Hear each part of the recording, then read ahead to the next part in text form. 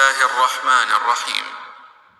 ويل للمطففين الذين إذا اكتالوا على الناس يستوفون وإذا كالوهم أو وزنوهم يخسرون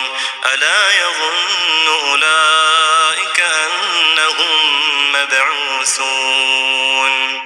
مبعوثون ليوم عظيم يوم يقوم الناس لرب العالمين كلا إن كتاب الفجار لفي سجين وما أدراك ما سجين كتاب مرقوم ويل يومئذ للمكذبين الذين يكذبون بيوم الدين وما يكذب به إلا كل معتد أثيم إذا تتلى عليه آياتنا قال أساطير الأولين كلا بل ران على قلوبهم ما كانوا يكسبون كلا إنهم عن ربهم يومئذ لمحجوبون ثم إنهم لصالوا الجحيم ثم يقال هذا الذي كنتم به تكذبون كلا إن كتاب الأبرار لفي عليين وما أدراك ما عليون كتاب مرقوم يشهده المقربون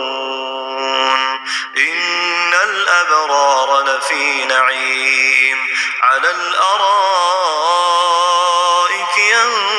ينظرون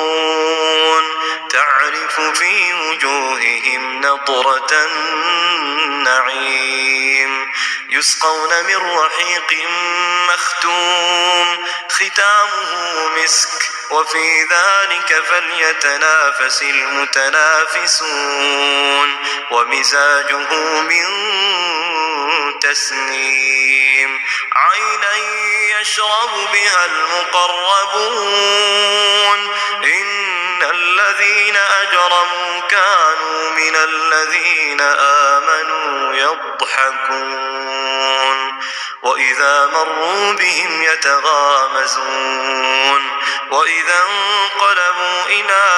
أهلهم انقلبوا فكهين وإذا رأوهم قالوا إن هؤلاء لضالون